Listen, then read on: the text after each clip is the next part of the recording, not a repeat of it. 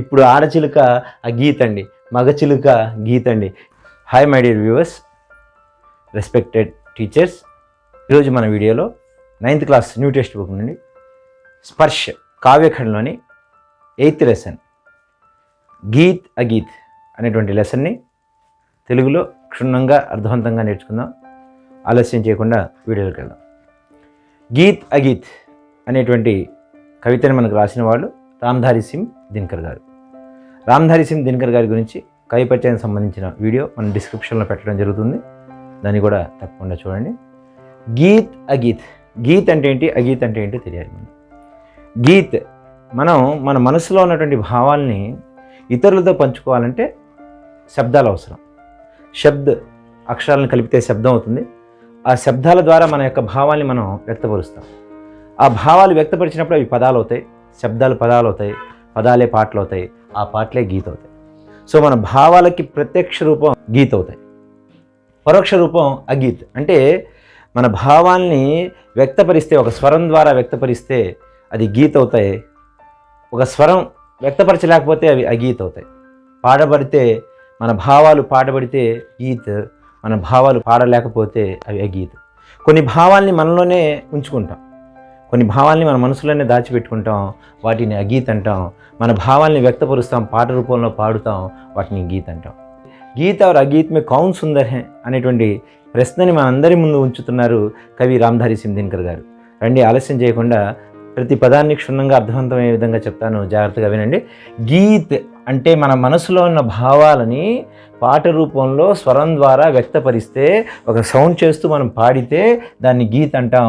మన మనసులో ఉన్న భావాలని వ్యక్తపరచలేకుండా మన మనసులోనే దాచిపెట్టుకుంటే, వాటిని అనుభూతి చెందితే, ఆ భావాలని అనుభూతి చెందితే దాన్ని మనం అగీత్ అంటాం. ఈ రెండిట్లో కౌన్, కౌన్ అంటే ఎవరు, హూ. సుందర్ హే, సుందర్ బ్యూటిఫుల్. సుందర్ ఆపోజిట్ అసుందర్ అండి. సుందర్ ఆపోజిట్ విలోమ్ శబ్ద్ అసుందర్. ఈ రెండిట్లో బ్యూటిఫుల్ ఎవరు, ఏది బ్యూటిఫుల్, గీత అగీత, ఏది బ్యూటిఫుల్ అని కవి మనందరి ముందు ప్రశ్న ఉంచుతున్నారు. అక్కడ ప్రశ్న కూడా ఉంచండి, గీత్ అగీత్ కౌన్ సుందర్ హే. ఈ గీత్ కవితలో, ఈ గీత్ అగీత్ కవితలో 3 భాగాలు ఉన్నాయండి. మొదటి భాగాన్ని చూద్దాం.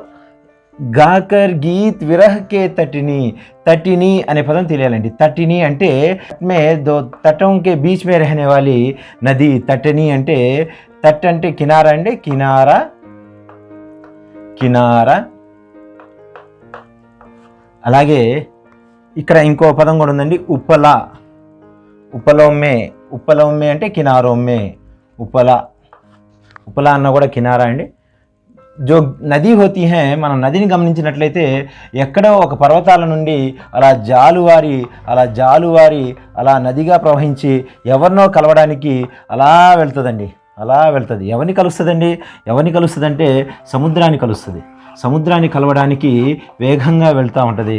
సముద్రాన్ని కలవడానికి ఎక్కడైనా జన్మించండి, అక్కడ నుండి సముద్రంలో కలవడానికి వెళ్తూ ఉంటుంది నది. ఈ సముద్రాన్ని ఏమంటారంటే సాగర్ అంటారండి. సాగర్ లేదా సముద్ర, లేదా ఇంకో పేరుందండి సరిత్పతి. సరిత్పతి, సరిత్పతి అంటే సరితాకే పతి. సరిత అంటే నది అండి. సరిత అంటే నది. సరిత అన్న నది, తటిని అన్నా కూడా నది అండి. తటోంకే బీచ్. తట్ అంటే ఇది ఇలా మనకు ఒడ్డు ఉంటుంది కదండి పక్కన, ఏదైతే బ్యాంక్ అంటామండి మనం, కినారా. కినారా అనొచ్చండి, ఉపలా అనొచ్చు, లేదా తట్ అని కూడా అనొచ్చు. జో గాకర్ గీత్ విరహ్ కే తటిని, ఒక నది విరహ్ కే గీత్ గాతీ హై. విరహ్ కే గీత్ గాతీ హై. జో నది విరహం యొక్క పాటలు పాడుతుంది. విరహం యొక్క పాటలు అంటే ఏంటి సార్ అంటే, తన భర్త అయినటువంటి సముద్రాన్ని కలవడానికి, భర్తగా దూరంగా ఉన్నటువంటి ఆ భర్తని కలవడానికి అక్కడ నుండి వేగంతో ప్రవహిస్తూ పాటలుగా తన విరహాన్ని, తన భర్త అయిన సరిత్పతిని కలవలేకపోయాననే విరహాన్ని వ్యక్తపరుస్తూ అలా వేగంగా ఆ నది తటిని బయలుదేరింది. వేగవతి, వేగసే, వేగంగా, వేగసే, వేగగతిసే, వేగంగా, చాలా వేగంగా ఆ నది బహతీ జాతీ హై. బహనా అంటే ఫ్లో అవడం అండి, అలా ప్రవహిస్తూ వస్తుంది. బహనా అంటే ఫ్లో అండి. బహతీ జాతీ హై, చాలా వేగంగా ప్రవహిస్తూ వస్తుంది. ఎవరిని కలవడానికి, తన భర్త అయిన సరిత్పతిని కలవడానికి. ఇది గీత్ అండి. ప్రత్యక్షంగా మనకు కనబడుతుంది కాబట్టి ఇది గీత్.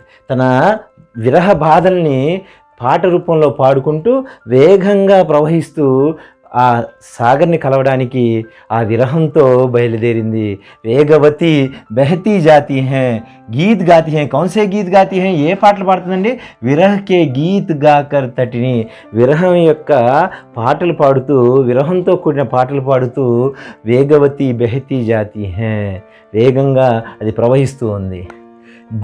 దిల్ మీన్స్ మన్న చిత్ అని కూడా అనొచ్చండి. దిల్ అంటే మన్న, చిత్ హృదయ అండి. హృదయ హల్కా కర్నేకో, హల్కా తేలికపరచడానికి, హల్కా అంటే తేలిక అండి, తేలికపరచడానికి. మన మనస్సులో బాధ ఏదైనా ఉంటే దాన్ని తేలికపరచుకోవాలంటే ఇతరులకు వ్యక్తపరచాలి.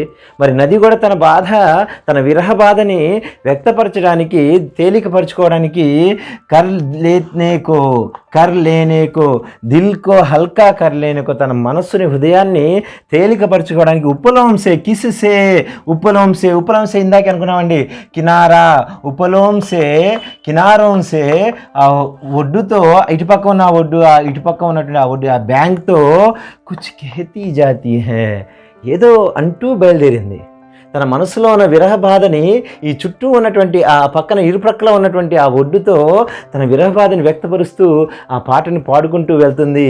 ఇది గీత్ అండి, అది గీత్ అండి. తట్ అంటే మళ్ళీ ఇంకోసారి వచ్చిందండి. కినారా బ్యాంక్, తట్ పర్ ఏక్ గులాబ్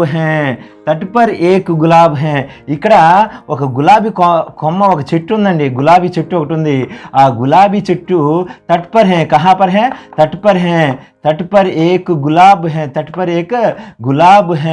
ఏ గులాబ్ తట్ పర్ హై, तट पर एक गुलाब सोचना विचार करना, सोचना అంటే విచార్ కర్నా, విచార్ కర్నా. ఏం ఆలోచిస్తుందండి? ఒక గులాబీ ఉంది, ఆ ఒడ్డునే ఒక గులాబీ చెట్టు ఉంది. ఆ గులాబీ పువ్వు ఏం ఆలోచిస్తుందండి?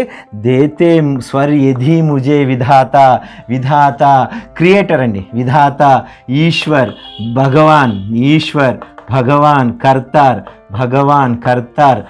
అని కూడా అనొచ్చండి. ఈశ్వర్ భగవాన్ కర్తార్. ఈ విధాత ముజే దేత్ స్వర్ యది మీన్స్ ఇఫ్ అంటే ఒకవేళ, యది అనొచ్చండి, అగర్ అని కూడా అనొచ్చు. యది భగవాన్ ముజే స్వర్ దేతే, నాకు కూడా ఒక స్వరం ఇస్తే, నాకు కూడా ఒక వాయిస్ ఇస్తే, నాకు కూడా ఒక ఆవాజ్ ఇస్తే, నాకు కూడా ఒక ధ్వని గనక ఇస్తే నేను కూడా పాట పాడతా కదా. కానీ నాకు ఆ వాయిస్ లేదే. నదిలాగా గలగల పారుతూ నేను నా బాధని వ్యక్తపరచలేనే, నాకు వాయిస్ లేదు. నాకు ఆ భగవంతుడు ఒకవేళ ఇస్తే నేను కూడా ఏం చేస్తాను చూడండి.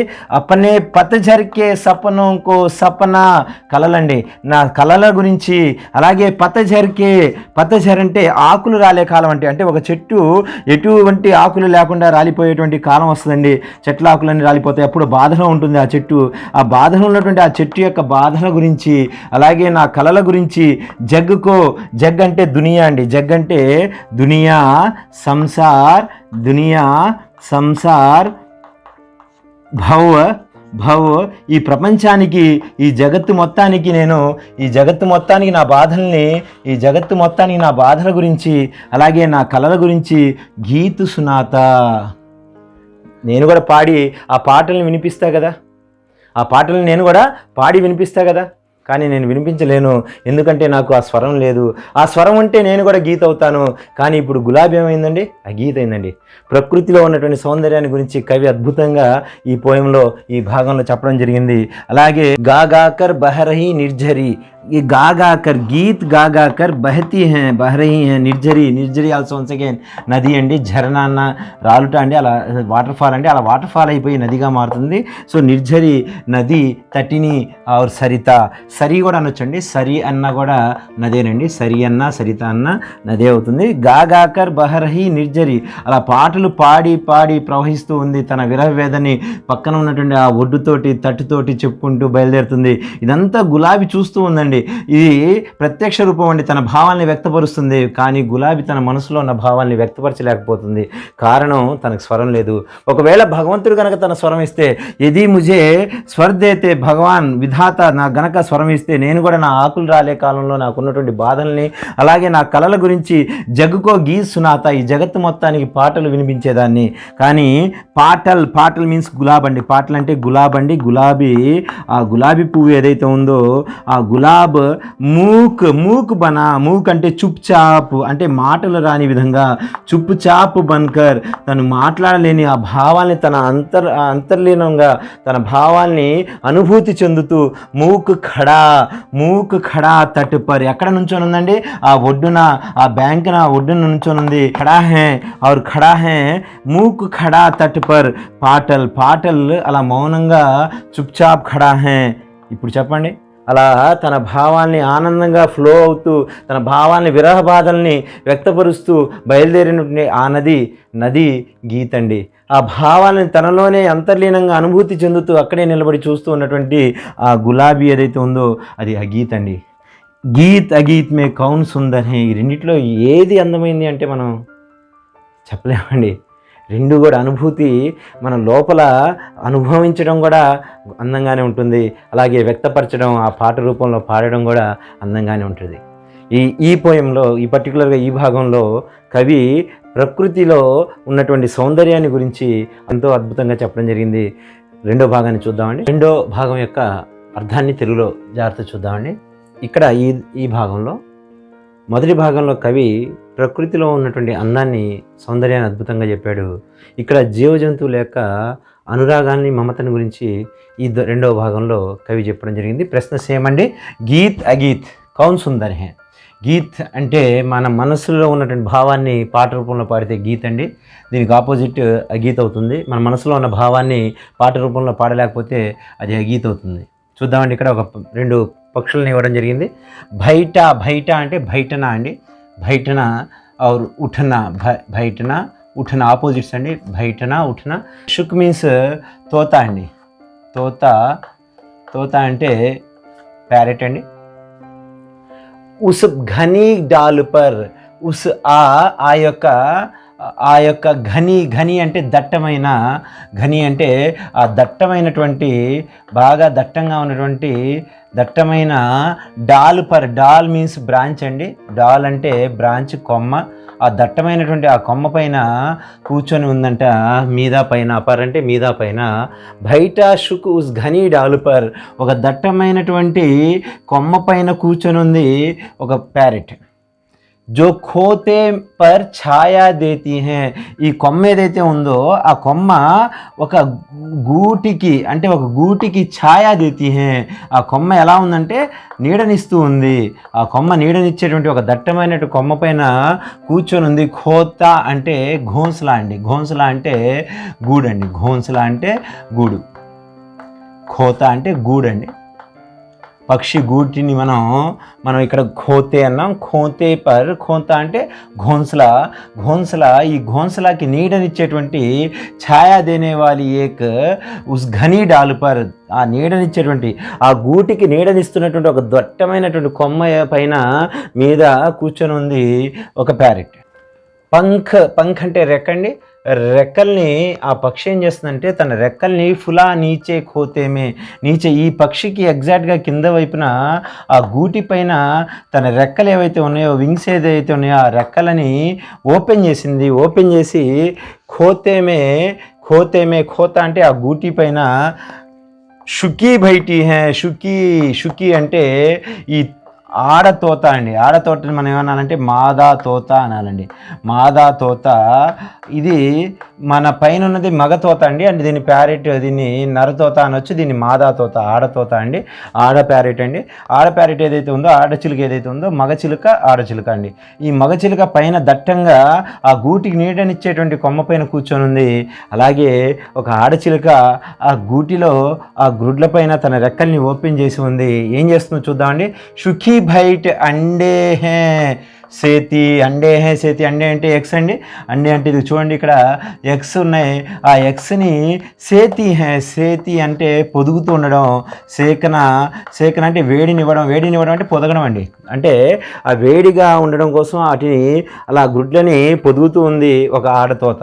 చూడండి, ఇక్కడ ఒక పక్షుల గురించి ఇవ్వడం జరిగింది. ఈ భాగంలో రెండు ప్రాణులను ఇచ్చాడు. రెండు జీవాల గురించి ఇచ్చాడు. ఒకటి మగతోత దట్టమైనటువంటి గూటికి నీడనిచ్చేటువంటి దట్టమైన కొమ్మ పైన కూర్చొని ఉంది. ఒక ఆడతోత, ఆడచిలుక ఏదైతే ఉందో ఆ ఆడచిలుక ఆ గూటిలోనూ ఉన్న గుడ్ల పైన తన రెక్కల్ని ఓపెన్ చేసి వేడినిస్తూ ఉంది. ఈ దృశ్యంలో ఏం చేస్తుంది చూద్దాం.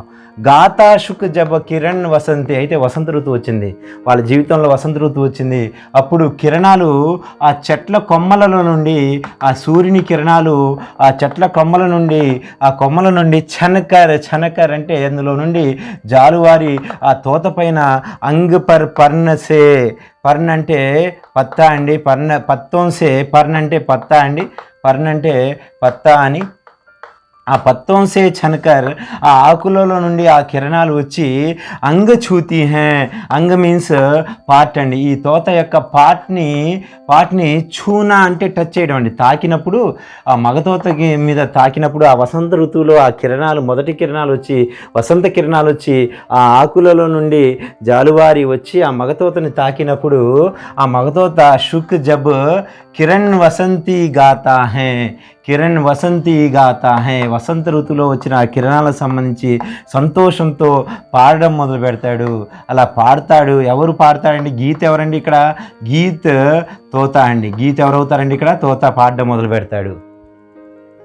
మరి తన భావాలన్నింటినీ, ఆ వసంత ఋతువులో ఉన్నటువంటి అందాలని, ఆ భావాలన్నింటినీ అలా పాట రూపంలో పాడుతూ ఉంటాడు, శబ్దం చేస్తూ ఉంటాడు. ఆ శబ్దాన్ని ఈ ఆడ చిలుక ఏదైతే ఉందో ఈ షుకీ కూడా వింటూ ఉంటుంది. అలాగే ఆ గూటిలో కూర్చొని ఆ షుకీ కూడా ఆ పాటల్ని వింటూ ఉంటుంది. కింతు అప్పుడు ఏమైందంటే, అయినప్పటికీ షుకీకే గీత్ ఉమ్మడ్కర్ రహే జాతే, షుకీ ఈ ఆడచిలుక ఏదైతే ఉందో తనలో ఉన్నటువంటి భావాలన్నీ కూడా ఉమ్మడ్కర్ ఉప్పొంగుతాయండి, వస్తాయండి, పాట అందుకోవాలని వస్తుంది. ఉమ్మడ్కర్ రహే జాతే, స్నేహమే కిన్కే ప్రేమమే కిన్కే స్నేహమే, ఆ చిలుకతో ఉన్నటువంటి స్నేహంలో లీనమైపోయి ఆ పాటలో ఉన్న ఆనందాన్ని అనుభవిస్తూ తన అనుభూతిని లోపలే అనుభవిస్తూ ఉంటుంది ఈ ఆడచిలుక అండి. ఇప్పుడు ఆడచిలుక ఆ గీత్ అండి, మగచిలుక గీత్ అండి. గూంజ్ రహా శుక్ కా స్వర్ వన్ మే, వన్ మీన్స్ బగీచా అండి. బగీచా ఏదైతే ఆ తోట ఉందో, ఆ గార్డెన్ ఉందో, వన్ ఆ బగీచాలో గూంజ్ రహా శుక్, గూంజన అంటే మారుమోగిపోతుందండి, ఆ తోటంతా కూడా మారుమోగిపోతుంది ఎక్కడైతే ఆ ప్యారెట్ కూర్చొని పాడుతూ ఉందో. రహా శుక్ కా స్వర్, శుక్ మీన్స్ తోత అండి, తోత అనొచ్చు మనం, అలాగే సుగ్గా అని కూడా అనొచ్చండి, సుగ్గా అని కూడా అనొచ్చు. జో తోతాక జో స్వర్ హే గూంజ్ రహా హే, ఆ అడవంతా కూడా, ఆ వనమంతా కూడా మారుమోగిపోతూ ఉంది, ఆ సౌండ్ అంతా ఎక్కువ సౌండ్ లాగా మారుమోగిపోతూ ఉంది. మగ్న లీన్ హోకర్, కౌన్ లీన్ హో రహీ హే? షుకీ. కౌన్ లీన్ హో రహీ హే? షుకీ కా పర్ హే. అయితే తేడా ఏందయ్యా అంటే, ఫూలా మగ్న షుకీ కా పర్ హే. ఫూలా అంటే ఫూల్నా సమానా, बहुत खुश होना, फूलना समाना, बहुत खुश होकर शुकी लीन होती हैं उसमें, उस गाने में, उस स्वर में मग्न लीन होती हैं. कौन? शुकी का पर हैं. గీత్ అగీత్ కౌన్ సుందర్ హే. చూడండి, ఇక్కడ ఆ పాటతో వనమంతా మారుమోగిపోతుంది. ఆ పాటని లోపల ఆ సుఖి ఆ పాటకి అమితమైన సంతోషంతో అందులో లీనమైపోతూ ఉంది. ఈ ఇద్దరు చూడండి, ఇక్కడ షుక్ గీత్ అవుతారు, సుఖి అగీత్ అవుతుంది. గీత్ అగీత్ మే కౌన్ సుందర్ హే. ఈ గీత్ అగీత్లో ఎవరు అందమని చెప్పగలమండి? సో ఈ విధంగా రెండవ భాగంలో పక్షుల గురించి, వాటి మధ్య ఉన్నటువంటి ఆప్యాయత అనురాగాల గురించి ఈ విధంగా చెప్పడం జరిగిందండి. ఇందాక భాగంలో మనం నది యొక్క ప్రవాహం, నదిని మనం గీత్ అనుకున్నాం. నది తన భావాల్ని వ్యక్తపరిచింది. అక్కనే ఉన్నటువంటి గులాబీ ఏదైతే ఉందో తన మౌనంగా తన అనుభూతిని పొందుతూ ఉంది, కాబట్టి అది గీత్ అండి. ఇక్కడ ఆ మగచిలుక తన పాటని ఆ వసంత ఋతువులో ఉన్నటువంటి ఆ వసంతం యొక్క ఆనందాన్ని పాట రూపంలో పాడుతూ ఆనందాన్ని వ్యక్తపరిచింది పాటగా, అది గీత్ అండి. ఆడచిలుక తన మగచిలుక పాడినటువంటి ఆ పాటలని ఆనందిస్తూ అనుభూతి చెందుతూ లోపలే పాటల్ని అనుభూతిని పొందుతూ ఉంది. అలాగే ఆ గుడ్లని పొదుగుతూ ఆ ఆనందాన్ని పొందుతూ ఉంది. ఇక్కడ గీత్ అండి. మొదటి భాగంలో ప్రకృతి యొక్క సౌందర్యాన్ని, రెండో భాగంలో జీవుల యొక్క అనోన్యతని, మూడో భాగంలో ప్రేయసి ప్రేమల మధ్య ఉన్నటువంటి బంధాన్ని గురించి, ప్రేమను గురించి భాగంగా చెప్తున్నారు. ఇందులో గీత్ ఏది అగీత్ ఏదో తెలుసుకుందామండి. దో ప్రేమీ హే, దో అంటే ఇద్దరండి, ఇద్దరు. దో ప్రేమీ హే यहाँ पर दो प्रेमी है और एक प्रेमी है और दूसरा प्रेमिका. प्रेमी पुंलिंग अंडी, प्रेमिका स्त्रीलिंग अंडी. प्रेमिका स्त्रीलिंग, प्रेमी पुंलिंग, प्रेमिका स्त्रीलिंग. दो प्रेमी है यहाँ. एक जब ये गाता है बड़े सांझ मीन्स संध्या, सांझ मीन्स संध्या అంటే శ్యామ్ అండి, శ్యామ్. शाम అంటే సాయంత్రం వేళ जो सांझ के समय संध्या के समय बड़े शाम के समय ఆల్హా ఆల్హా జగనీక్ గారు రాసినటువంటి అద్భుతమైనటువంటి లోక్ గీతాలు ఆల్హా అండి. एक प्रकार के लोक गीत है, लोक काव्य है. लोक गीत एक लोक गीत है, एक प्रकार के లోక్ గీత్ हैं. జానపదాలండి, ఫోక్ సాంగ్స్ పాడుతూ ఉంటారు. లోక్ గీత్ అండి, జానపదాలండి. జానపదాలు పాడుతూ ఉన్నాడు ఒక ప్రేమి ఒకరోజు సాయంత్రం వేళ అద్భుతంగా लोक गीत गाता है, आल्हा गाता है. दो प्रेमी है, यहाँ पर कितने प्रेमी है? प्रेमी और प्रेमिका है. ఒక ప్రియుడు ఒక ప్రియురాలు ఉంది. एक जब बड़े सांझ आल्हा गाता है, సాయంత్రం వేళ అద్భుతంగా లోక్ గీత్ పాడతాడండి, అంటే జానపదాలు పాడతాడు. పహలా స్వర్, ఎప్పుడైతే మొదట ఆ వాయిస్ వినబడుతుందో అంతేనండి, మనకు కావలసిన వాళ్ళు ఎవరైనా సరే వస్తే ఆ శబ్దం వినపడితే చాలు మనం పరిగెత్తుకుంటూ వెళ్తామండి. ఫర్ ఎగ్జాంపుల్, ఒక తండ్రి కనుక ఇంటికి వస్తూ ఉంటే ఆ ఇంట్లో ఉన్న పిల్లలు ఆ వాయిస్ వినడం తన మొదటి పదానికి పరిగెత్తుకుంటూ వెళ్ళిపోతారండి చూడడానికి, నాన్న వచ్చాడనే లేదని చూడడానికి.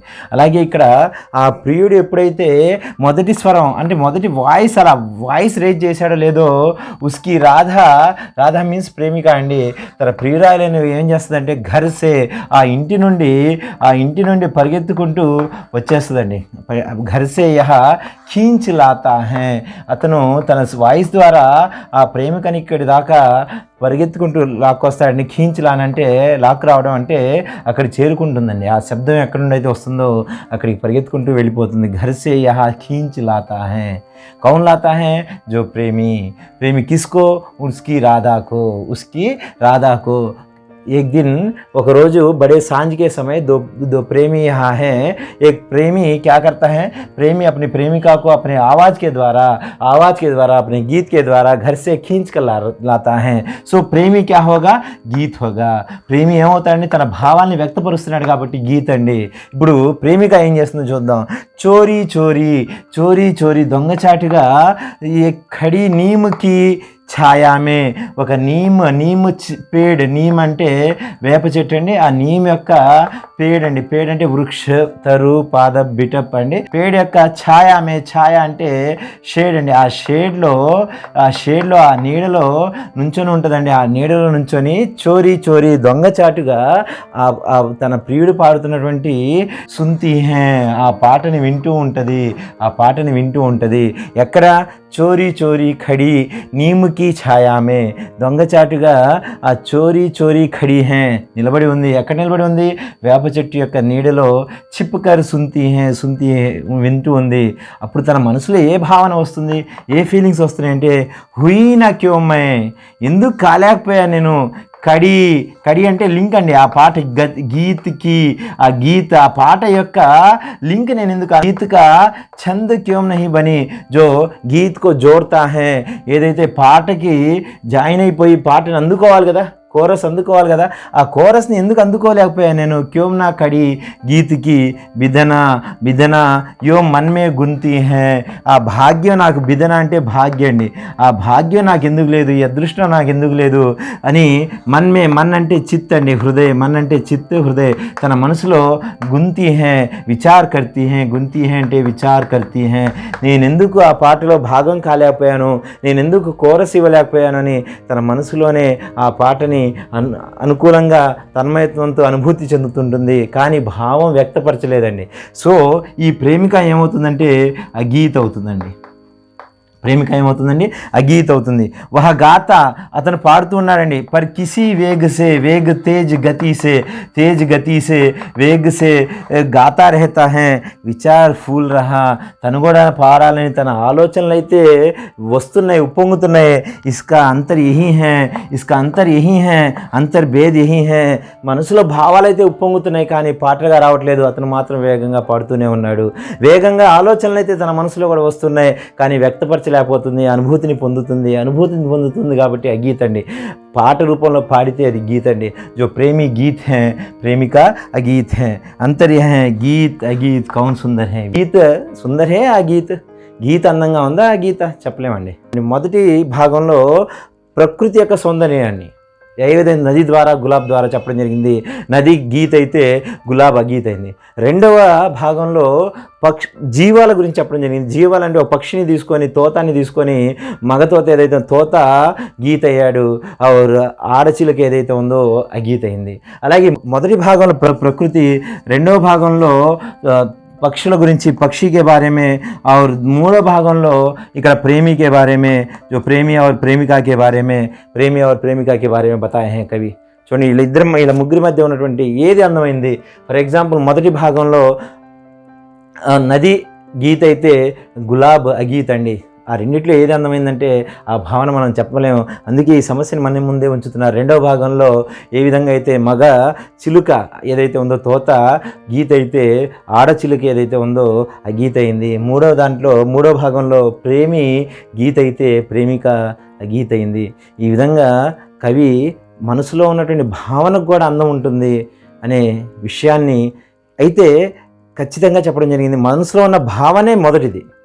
అలా మనసులో ఫీల్ అయిన తర్వాతే అది పాట రూపంలో వస్తుంది. అంటే గీత్ ముందు అగీత్ ముందు అంటే అగీతే ముందండి. అగీత్ అనేది పూర్వస్థితి అండి. అంటే గీత్ యొక్క మొదటి దశ అగీత్ అండి. అప్పుడు ఆ గీతాన్ని మనం ఫీల్ అయ్యడాన్ని అగీత్ అంటాం, దాన్ని వ్యక్తపరిస్తే గీత్ అంటామండి.